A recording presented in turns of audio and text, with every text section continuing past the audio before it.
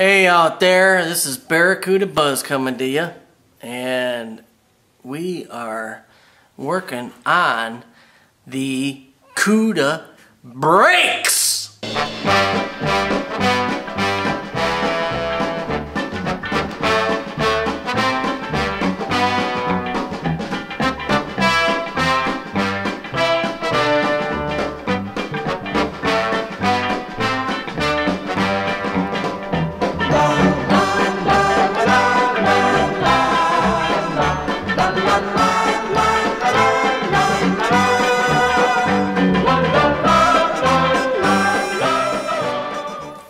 Not all of you will be doing what I'm doing. You might just be doing the brakes. That's it.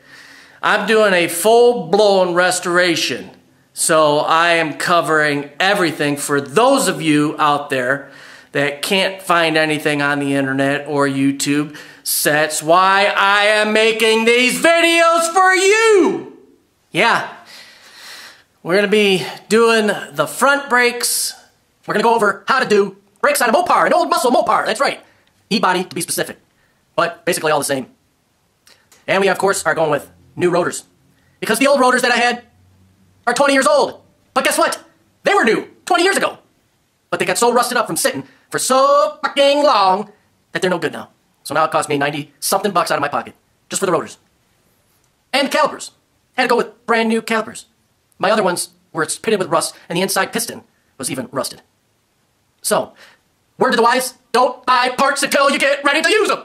These rotors are standard 11-inch rotors. The races are already pressed in, but double check them and make sure everything's good on them still. Calipers are set, brake shoes, of course, also bearings, inner outer bearings, and seal, which we'll go over on replacing them. As you can see, I separated my brake parts from left side, driver's side, to passenger side right. On this front brake system, we start off with placing the gasket, which I had to customize, cut a little bit because it was too tight against there. So of course, these plates, backing plates, have a side to them. Now this side is identified, the side is put on like this. So you have room. You can't do it this way. It'll stick out, the bolts won't line up. You'll see which way it lines up. It only goes on one way. And then your nuts, bolts I mean, go in like this. And you just tighten them up to like 25 foot-pounds or something. Doesn't have to be extreme. Enough to get it so it's tight.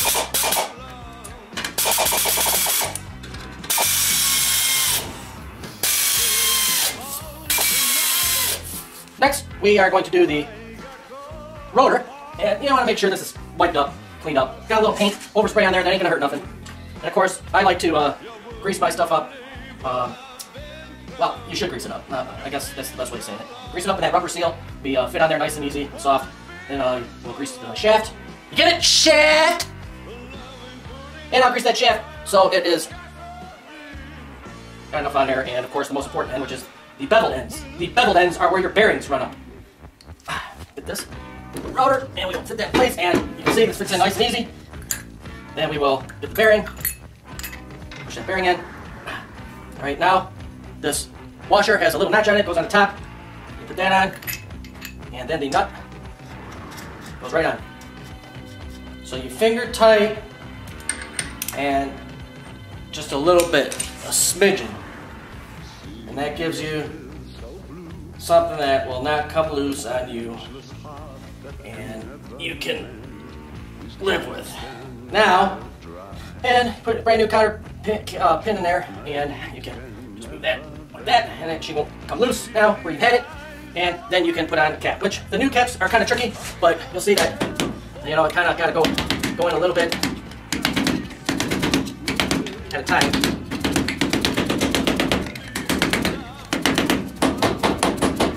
And that's it. Doesn't have to go on like flush all the way, but there'll be a little gap in there, and that's it. Now the brake caliper is, there's two separate. There's a driver's side and a passenger side. I marked this one with a P for passengers. what I'll do is I've already prepped the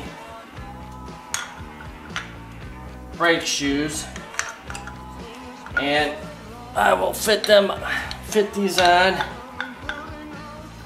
properly, and then this brake hose is going to go on this side of your shock.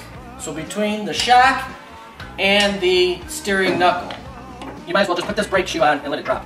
That's just the easiest way of doing that. Then you can come in here, do this, and then when it comes to it, you can move this up, this brake shoe up with a screwdriver or whatever to get your pins and your clamps accessible. And these are your anti-rattle clips, anti-rattle clips! Yes! Thank you! And of course, they'll go on like that, and you're lining this clip up, over it hooks up on the top there. The pin goes through this brake shoe, into this caliper, other side. Then what you'll do is before you tighten up one of these caliper pins, you'll slide this hook underneath one of the pins between the brake shoe and the steering knuckle. And then you will feed that through to the other side and do the same thing and pull it a little bit and then feed this through the top. That's what I'm doing, through the top. Alright, now what that does is pull this and helps it from rattling. So you'll pull that down and it'll keep on pressing up against the shoe, so you can have minimal amount of rattling back and forth. So there's another way Chrysler did their brakes. We're torquing these down to about 40 foot-pounds, and that's it. As you can see, I installed the brake booster and master cylinder. As I'm going with power brakes, I'm converting this manual brake system to power brakes. And I had them CAD plated, as that's one of the methods, along with the satin flat type black that they went with back in them days as well. There's a seal and there's a backing plate like this, but this one's for a manual. Okay, the top four were used for the brake master cylinder going into the firewall direct, and then the bottom two bolted down into the steering and brake pedal brace, I'll call it, and I'll show you because I installed that as well.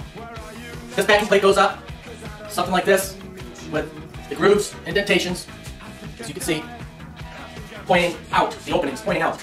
Now, there's a seal that goes on this, that's put on and applied there, against the firewall. So that's for water and things of that nature getting into that firewall, inside, of the vehicle. Next thing is the booster is applied right to the plate, and that is bolted in on the inside with 4 bolts. Next, once the booster's on, then you install the master cylinder, which this one is just loose right now, so we can get the brake line situated because we rented a brand new proportionate valve as well, because it's different. This black brace that I installed for the pedal, alright, is painted, that's installed and tightened down. There's 4 bolts on this body by the dash up here. Then there is 4 more additional bolts that bolt the booster on. Now you can see how I did this. This ain't the right bolt. I'm waiting for the right bolt to go through this bracket right here. But you can see up in the master cylinder how I did that. There's 1 bolt up there that goes up onto that shaft. So when you press down, okay, that brake pedal is moving from this arm, from that arm that goes into here, right there, that's pinned onto this bracket. This bolt is holding it together, and that bolt is bolted onto the booster shaft itself.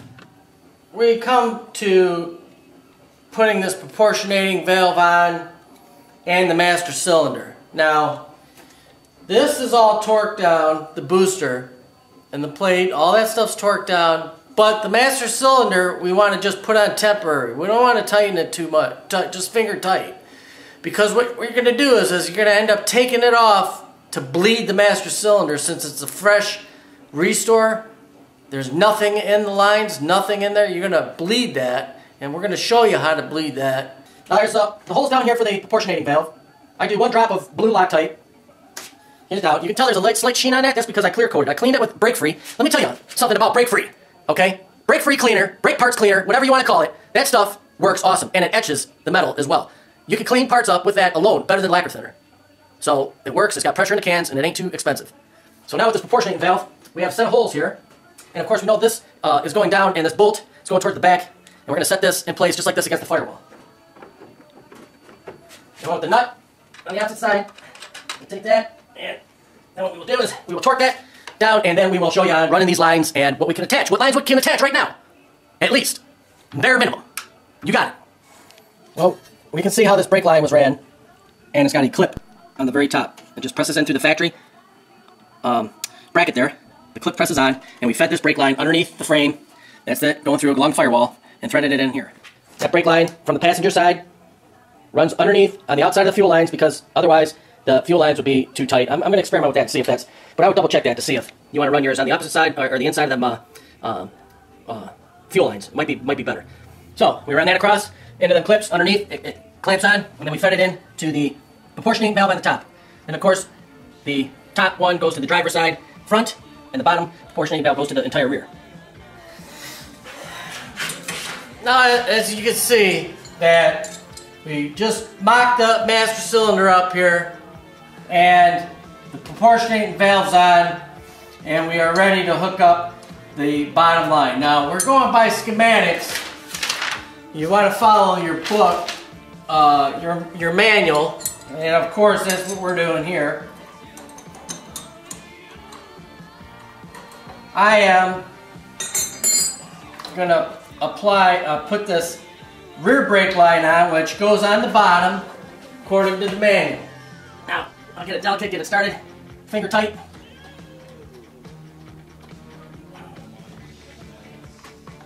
Bend it just a little bit by hand there, but that's it right there. Now, we come with our socket, our wrench that we have here, and we can then tighten it up.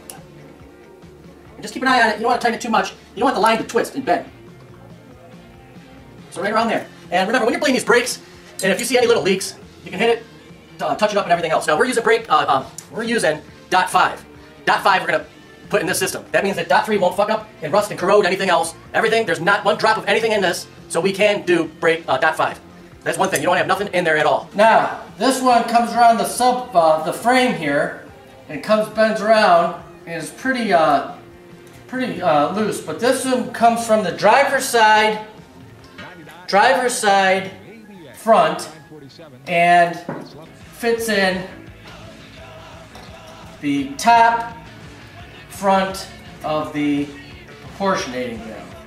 And then from there, with the proper wrench, we can tighten it. And again, keep an eye on it. Don't tighten it where it moves. Just tighten it enough so it's torqued, but it's going to not move the line. We would attach these like this, and this goes on the top of the proportionating valve, and this goes to the front, and the other one goes from the rear. The yellow goes to the blue, to the rear, and to the bottom of the proportionating valve. But we don't want to hook them up because remember, we got to take this off and we're going to bench bleed this. But that is it. That is the brakes for a Mopar, 1970s Mopar, but specifically the 70 through 74 Ebody or Mopars, but this is a 73 Ebody. So, good luck to you out there. And pay attention and stay tuned for some more of Barracuda Buzz's videos on my channel. Remember, Buzz Jones, YouTube it if you ain't on YouTube already. Gee!